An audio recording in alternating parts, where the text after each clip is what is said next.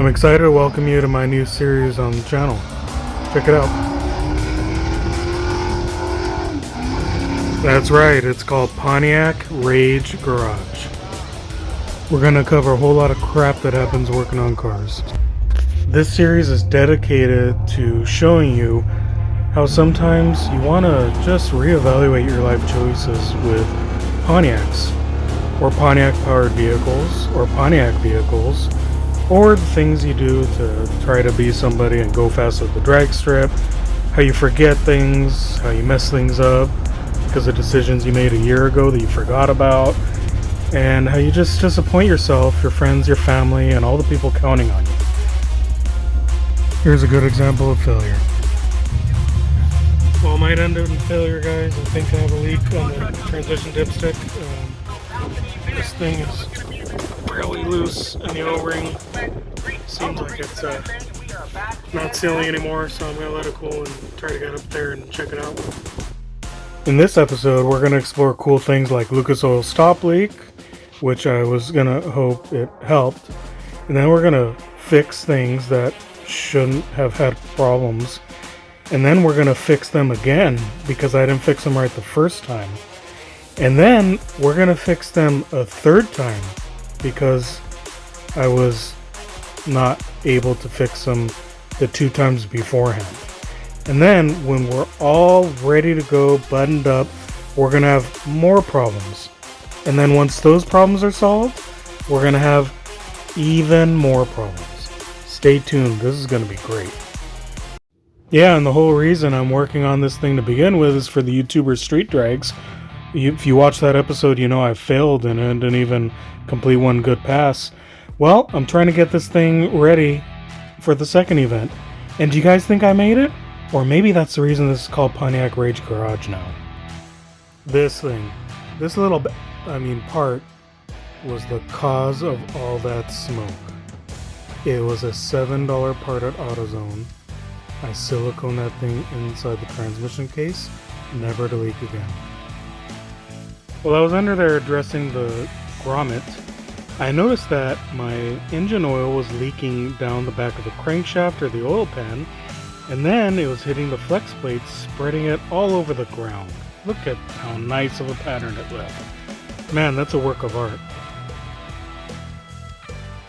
Thanks, Pontiac 350, I really appreciate it. So right about this time I'm excited because it's like, cool, I get to do like an oil stop leak video. Boy, was that a disaster. So we're going to try this Lucas Oil stop leak.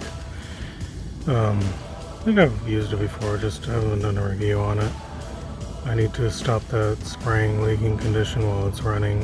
It doesn't really leak while it's sitting here, only while it's running, and the flex plate is spinning all the loose oil everywhere on the headers and causing low smoke emissions, so let's try it out. So at this point, the tranny grommet's sealed up with silicone, not leaking. I'm thinking things are good, and I'm going to try this Lucas Oil stop leak, and I think we're in good shape. But guess what happens? I drove the car around, I spent a few days letting that Lucas Oil stop leak go through, and then I dragged a piece of cardboard underneath to see if it'll catch oil. I was really happy there wasn't any tranny leak anymore. This should be very simple. The cardboard should catch any oil that gets sprayed, and hopefully it doesn't have the same pattern as before. It's just that easy. So how do you think that turned out? Let's take a guess. Oh, look at that beautiful pattern of oil again. Isn't that great? No, it's not great. Definitely not great. So then I looked underneath the motor and I checked the oil pan bolts, and guess what? They were all loose. Imagine that. I wonder when I screwed that up. And look, wonderful, wonderful oil. So I had to make a decision on what to do. I'm definitely not blaming Lucas Oil stop leak for not working. It cannot prevent idiots like me from not tightening their oil pan bolts.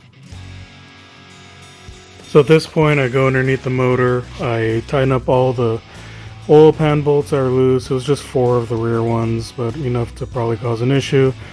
I drove it around, it did the same thing, leaked the same amount. So I did what any other normal backyard mechanic does. I'm like, oh, I can use thermal wrap on the headers, so that way it stops smoking at least. So I did that, and of course that didn't work either. And of course this is right before our second event for the YouTuber Street Drags. I informed the guys that, yep, I'm not going to make this event, which is a total freaking bummer because I think I could have been, you know, probably third or fourth fastest, maybe even faster than that, but I won't get a chance to see, and they're going to go to Paris and race each other, and I'm going to be out of luck. Oh well.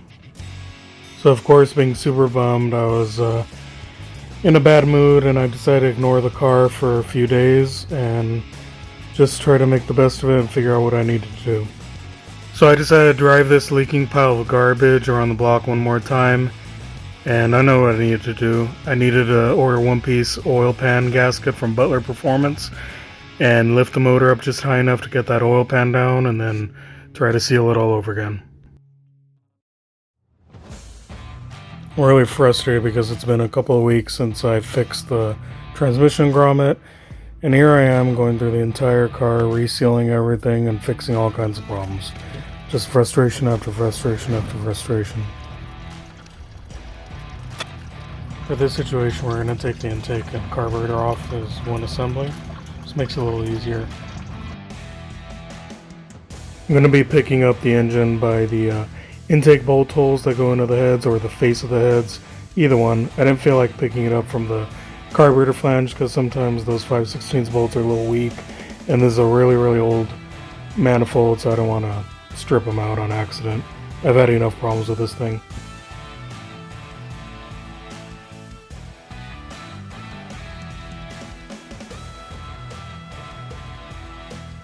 Next, I need to pull the distributor out because last thing I need is dangling engine smashing a $400 distributor up against the firewall. Ask me how I know that'll happen. Last thing to do is all the remaining connections, like the radiator hoses, any weird wiring, headers need to be disconnected, all that stuff that would allow you to lift it slightly to get to access to the oil pan. Don't forget to disconnect the battery. So I kind of screwed this part of the video up. I didn't film dropping the oil pan, replacing the gasket, resealing it. I had a bunch of problems. I had to do this over the course of like a week, buttoning everything back up. I was just super frustrated at this point, so I figured most of you guys know how to replace an oil pan. If not, I can do it on a motor on an engine stand, but this was not fun. I did it all by myself. It was tough. It was a pain in the butt. So let's fire it up and check for leaks.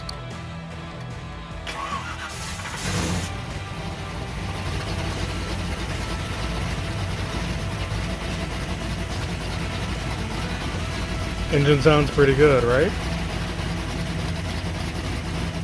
But guess what? There was a leak. Guess what kind of leak? A water leak this time. Just my luck. Most likely because I was in a rush, or my bad luck, or my infinite backyard mechanic wisdom, I forgot to put that pipe plug in this timing cover when I assembled the motor. The only reason I replaced this timing cover was because it was in better shape than the timing cover that was on that 350. So I decided to pull this one and install it on the 350. And I forgot to check and see that that pipe plug was installed. So I had to drill it, tap it, put the pipe plug in, and here we go. In a stroke of sheer luck, or maybe God just felt sorry for me, there was a AutoZone 10 minutes away from the house that actually had a timing cover gasket for a Pontiac that hasn't been made in over 40 years. Go figure, I'll take that bit of luck, thank you. So you guys have to tell me, was I able to solve all these leaks that I had? Please let me know in the comments, please let me know if you like the Pontiac Rage Garage. Do you think I threw any tools? Do you think I said any bad words? Let me know. It's gonna have to wait for the next video because I'm pretty much done with this video. And once again, thank you for your support through all these videos. Hope it was enjoyable, because it was frustrating as hell on my end.